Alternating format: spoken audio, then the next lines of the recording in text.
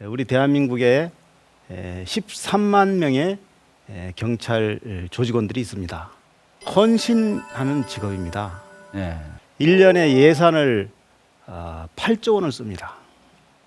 경찰이 가진 자산이 10조 원이 됩니다. 대한민국의 지방 경찰청이 16개가 있고 그 다음에 경찰서가 249개가 있습니다. 우리 경찰에서 이제 중추가 총경입니다. 네. 총경이 한 450명 정도 저기 있는데 총경이 이제 경찰에서는 소위 별이라고도 네. 하죠. 네. 그런데 이 사람들이 보통 1년 단위로 이렇게 보직이 변경이 됩니다. 근데 나중에 이제 이분들 중에 상당 부분은 또 경무관이라고 해서 더 높은 직위로 승진을 하고자 하는데 과거에는 이분들에 대한 평가가 사실은 근무 평정이 있었는데 청렴도에 대한 평가가 별도로 없었습니다. 그런데 과거에는 우리 경찰이 어떻게 했냐면 직원들을 질책하고 감독, 감찰을 하고 또 감시하고 이렇게 해서 제 역할을 하도록 이렇게 했습니다. 근데 그렇게 우리가 수십 년을 해왔는데 왜 우리가 오늘날도 이렇게 되어 있느냐. 제가 경찰이 됐을 때 우리 순경들이 맨 처음에 경찰이 됐을 때 간부들이 경찰이 됐을 때 왜 우리가 경찰이 되고자 했는가. 그건 돌이켜보면 대부분 다 우리가 억울한 사람을 도와주고 힘들게 우리 국민들이 일할 때 우리가 경찰이 옆에서 힘이 되어주자. 경찰이 제 역할을 하는 능력이 있어야 되고 아무리 역량이 뛰어나도 이 역량이 뛰어난 경찰이 열심히 일을 해야 됩니다. 아무리 능력이 있어도 열심히 안 하면 안 되지 않습니까? 그래서 능력을 키우고 열심히 일하게 하고 또 그 다음에는 이 열심히 일하게 하는 이 사람들이 조직 내에서 서로 또 상하 간에 횡적으로 이렇게 신뢰가 있어야 된다. 그 전제 조건이 뭐냐면 소통입니다. 서로 소통을 해야 신뢰가 생기지 않습니까? 그래서 소통을 하도록 하기 위한 여러 가지 방법을 찾았는데 저는 이제 소위 요즘에 이제 온라인상으로 소통할 수 있는 기회가 많으니까 온라인상으로 청장에게 바란다. 제가 이제 후보자 때부터 청장에게 바란다. 청장에게 할 얘기 있으면 다 해라. 온라인을 통해서. 온라인을 통해서. 그래서 저희들이 내부망이 있으니까 내부망에 청장에게 할 얘기를 다 해라. 근데 듣기만 하는 게 아니고 바로 일주일 이내에 답을 다 주도록 했습니다. 각 부서에서 전부 다 그걸 취합을 해가지고 답을 줘라. 그 답을 주고 또 답에서 또 불만이 많으면 그것도 취합해서 답을 주고. 얼마 전에 강화도에서 우리 직원 한 사람이 제가 이제 그만두기 직전에 강화도에서 목숨을 잃었습니다. 그런데 목숨을 잃은 계기가 뭐냐면 이 술을 먹고 자살을 하겠다는 사람이 있다는 신고를 받았어요. 그래서 순찰차를 타고 갔습니다. 그러니까 이 사람이 이제 우리 경찰관이 다가가서 얘기 좀 하자. 당신은 왜 그러냐. 그러니까 이 사람이 뿌리치고 뛰었어요. 강화도는 뭡니까? 섬이고 바닷가죠. 이 사람이 뛰어서 바로 물으로 뛰어든 겁니다. 우리 경찰관이 그때가 또 깜깜한 밤중이에요. 이 사람을 잡으려고 막 뛰어가다가 같이 물에 들어갔어요. 그러니까 이걸 물에 들어갔을 때 자기는 들어가지 말아야 되는데 자기도 그 사람을 구해야 되니까 뛰어 들어갔어요. 그리고 이제 뒤에서 차에 타고 있던 직원은 계속 쫓아가면서 헤드라이트로 쫙 비쳤습니다. 그러니까 그게 이제 또 요새 카메라에 다 찍혔죠. 쫙 들어가는데 물에 들어갔는데 두 사람 다 맞아 죽었어요. 찾을 수가 없어요. 행방불명이 되어버렸습니다. 그 얼마 후에 그 자살을 기도한 그분은 자살을 한 상태로 돌아가신 사체가 발견이 됐는데 우리 직원은 사체를 끝내 못 찾았습니다. 저도 우리 현장에 가서 그 구조하는 작업을 격려하고 또 해군의 협조까지 받았는데 그 강화도 앞에가 물살이 센 지역입니다.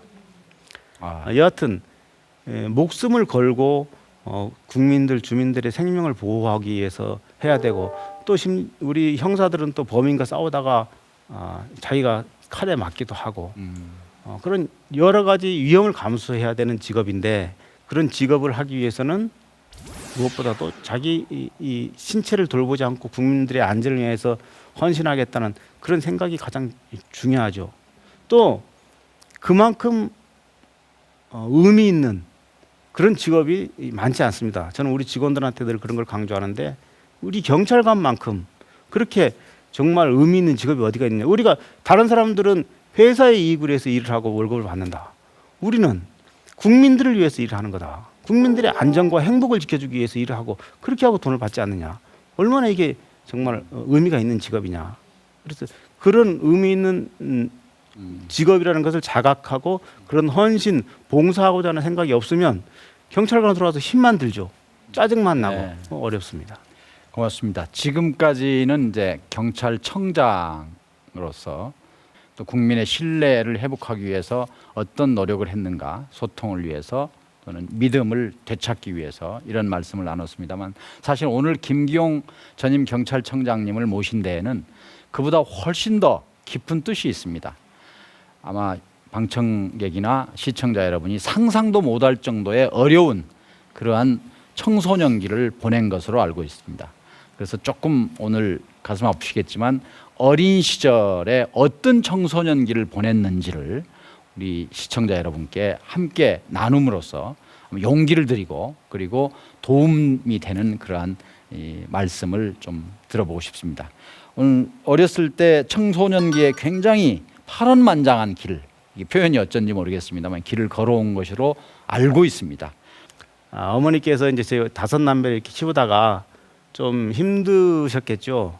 그 당시에 뭐 직업이 있었겠습니까? 뭐랬겠어요. 그래서 안 되시니까 이제 저희들을 고아원에 맡기시게 됐습니다. 그러니까 그때 이제 이렇게 뭐 학교도 못 다니고 여기저기 다니다가 고아원에 이렇게 맡겼어요. 그래서 제가 고아원에서 한 2년 있었습니다. 근데 그때 제가 생활기록부 얘기하다가 말았는데 생활기록부에 보니까 말이 없고 혼자 있다, 영양이 부족하다 이런 게 써 있어요.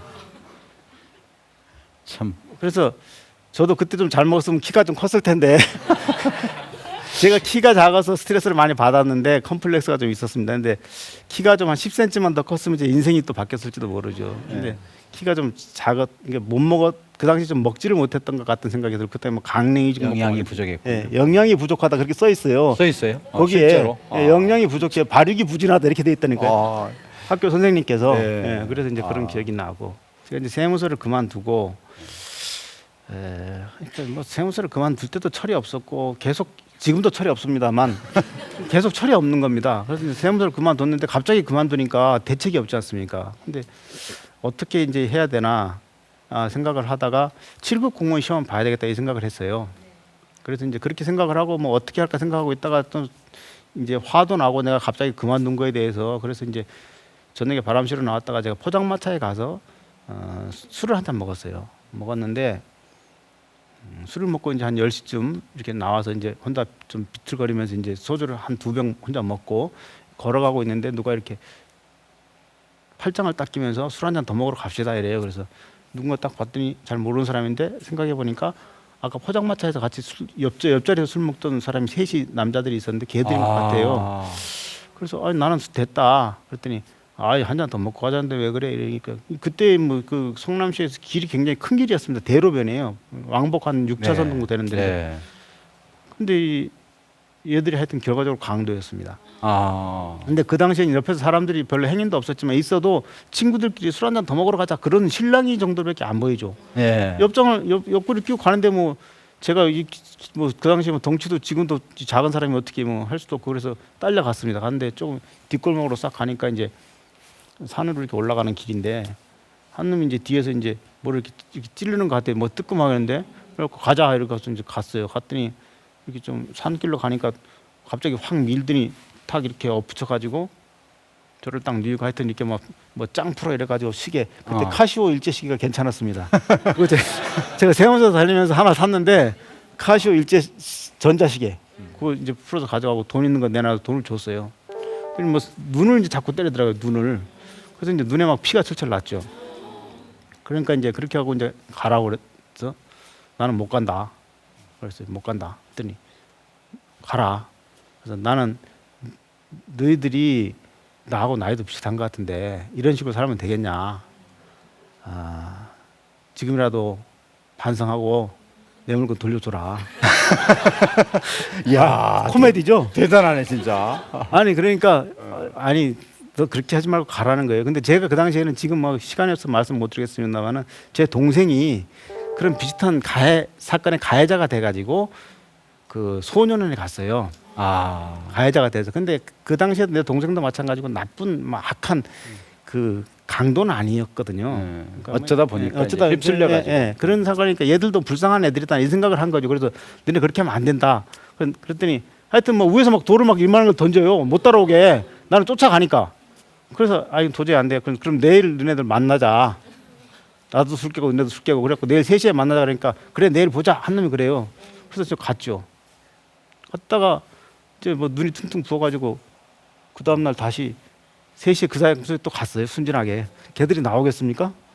아무도 안 나왔죠. 그래가지고 이제 결심하고 이놈들 내가 그만두면 안 되겠다 해서 바로 파출소로 갔죠. 거기서 이제 경찰관을 만나는 겁니다. 그때 진짜 모범 경찰관을 만나신 거예요? 네, 만나서 그리고 나서 이제 병원에 갔더니 왜 빨리 안 오고 인제서 왔냐고 난리. 실핏줄이 터져가지고 이렇게 했는데 하여튼 뭐 3주 진단서를 가지고 이제 고발을 하고 그랬죠. 그 경찰관이 굉장히 친절하게 또 빨리 그 범인을 소위 신원을 확인해서 저로서는 눈도 붓고 해서 잘 신원을 잘 모르겠는데 그 파출소에 있는 순경이 허순경이라는 사람인데 자기가 자칭 허판사라고 거리의 허판사라는 사람인데 자기 관내에서는 자기 말이면 다 통한대. 그리고 자기가 판사라는 거죠. 동네 다니면서. 근데 이 동네는 내가 꽉 잡고 있으니까 걱정하지 말고 기다리라 그래갖고 해결해 줬어요. 일주일 만에. 예. 그러니까 지금 들어보면은 이제 본인이 행정고시를 합격하고 원래는 행정고시는 경찰이 되는 길은 아닙니다. 그런데 이제 경찰의 인력의 이 수준을 높이기 위해서 사법시험이나 행정고시 합격자들 가운데 지원을 받아가지고 이제 경찰서 과장 경정급으로 특채를 하는 그 과정을 거쳐서 이제 경찰에 입문하시게 된 계기가 됐는데. 지금 중학교를 전수학교로 했죠. 고등학교는 검정고시로 했죠. 그러니까 시험에 안 나오는 과목을 들을 수 있는 기회라는 거는 공부할 기회라는 거는 없었던 거예요. 그때 그런데 공부도 공부지만 왜 이제 5급 지금 말로 9급 공무원에서 7급을 꿈꾸다가 5급 공무원이라는 고시를 생각하게 된 무슨 계기가 있었지 않았겠습니까? 뭐 고시 3종 세트라고 그러더라고요. 요새 그런 게 있더라고요. 공시족이라는 말도 있고. 근데 그 고시 3종 세트가 뭐냐면 9급, 7급, 5급을 다 준비하는 거라는 거예요. 걸리는 대로.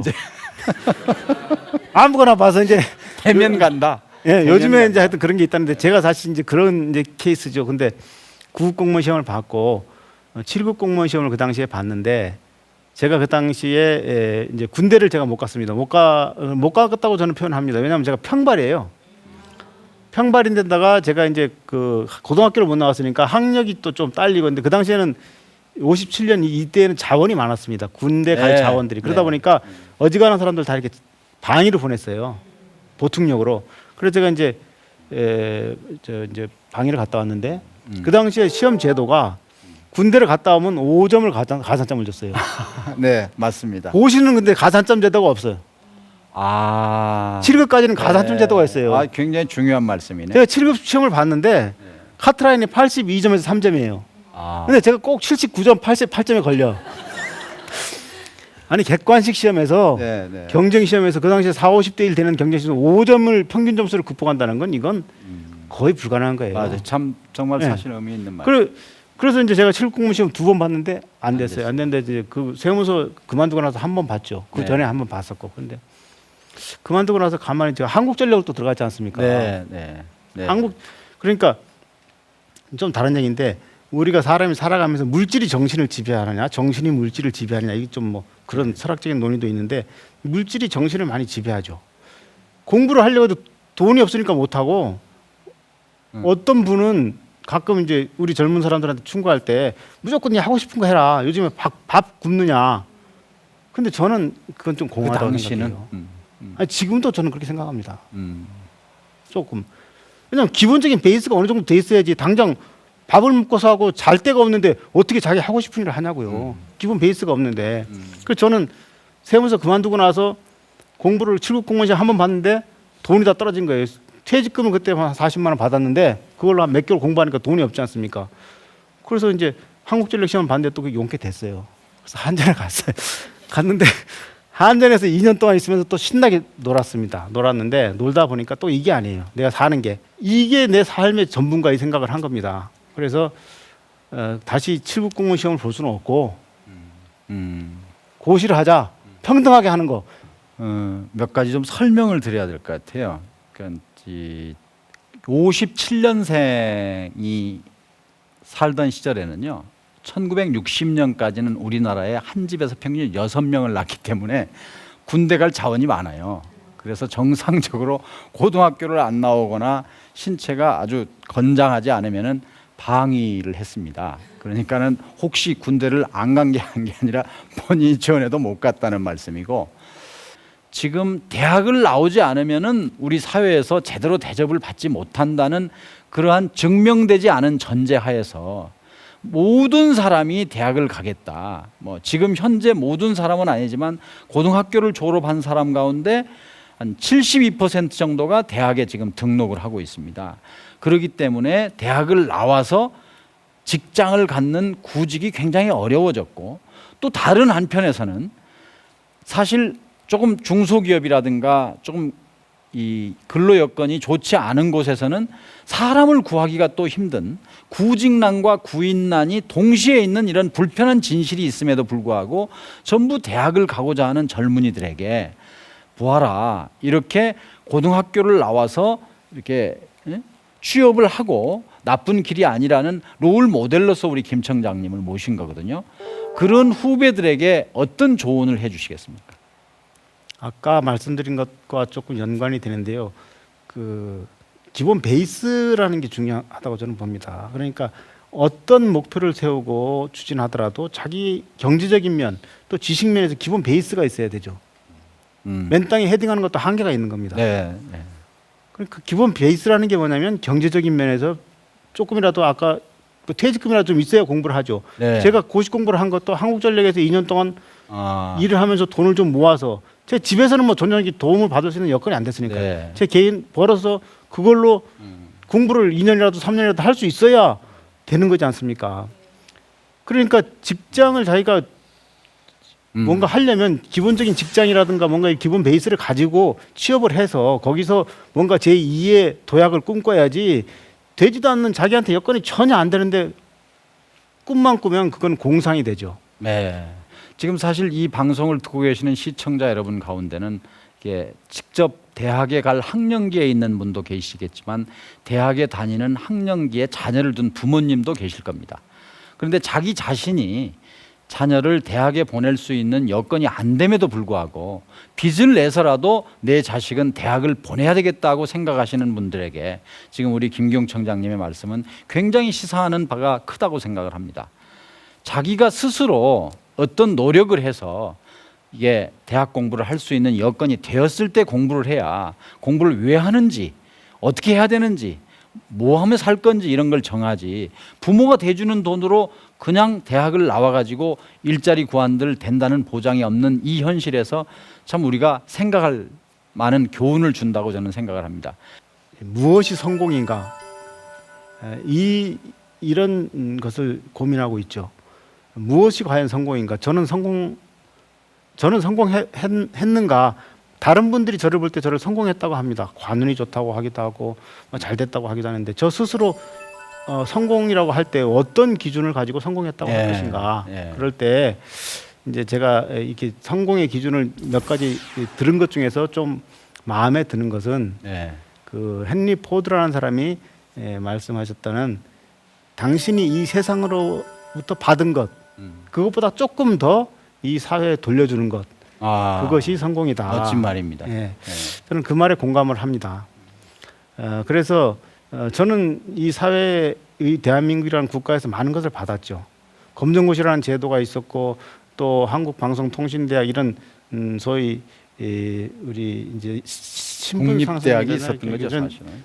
기회 사다리라고 저는 그런 표현을 들었는데, 어떤 상승의 계층 상승, 신분 상승 또는 자기 자신의 어떤 역량 상승의 기회 사다리, 이런 것들로부터 제가 받아서 오늘의 제가 있게 됐는데, 저는 이 사회에 지금까지 해준 것이 무엇인가, 이것을 생각하고 있고, 그래서 이 받은 것보다 조금 더 돌려주는 그것을 어떻게 할 것인가, 이걸 지금 이제 고민하고 있습니다. 네, 반드시 이런 마음가짐이라면 본인이 그런 어려운 여건 하에서 경찰청장에 오르기까지 이 사회에 받은 거에 대해 감사하는 마음으로, 받은 거에 대해서 감사하는 마음으로 헨리 포드가 이야기한 것처럼 그보다 조금 더 돌려주시려면 굉장히 많은 걸 돌려주셔야 될 것 같아요. 예. 예, 그걸 고민하고 계신다 하니까 저도 기대를 많이 하겠습니다. 오늘까지 우리 세상을 바꾼 5인 5색 스토리 마무리였습니다.